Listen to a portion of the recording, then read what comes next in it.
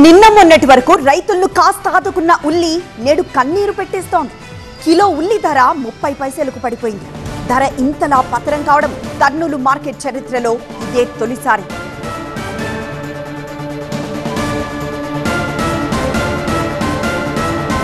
కర్నూలులో దారుణంగా పడిపోయింది ఉల్లి ధర. 30 పైసలకు పడిపోయింది కిలో ఉల్లి ధర.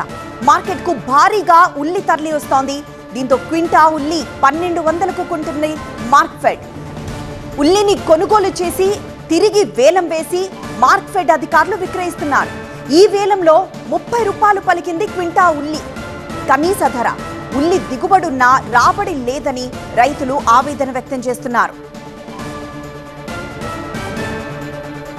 గతేడాది ఉల్లి పంటకు క్వింటాకు సుమారు 6000 వరకు ధర వచ్చింది. దీంతో ధర ఆశాజనకంగా ఉంటుందని రైతులు ఈ ఏడాది సాగు చేశారు. ప్రస్తుత ధర వారికి కన్నీరు తెప్పిస్తోంది.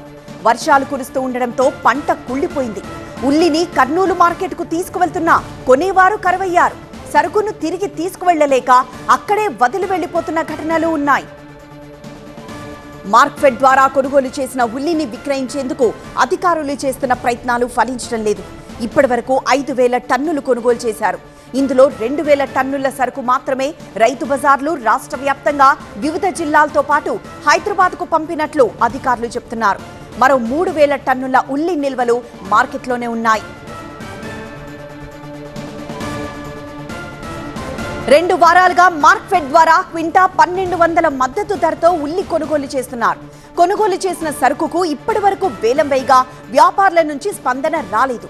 వేలంలో కొనుగోలు చేయని సరుకును మరోమారు వేలం వేసినా ఎవ్వరూ కొనే పరిస్థితి లేదు.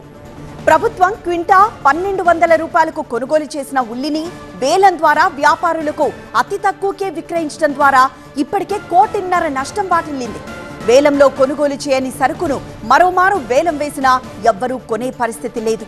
వ్యాపారులు కొనుగోలు చేయనిది కుళ్లిపోయిన ఉల్లి ద్వారా మరో 2 కోట్లు వేస్ట్ అయినట్లే.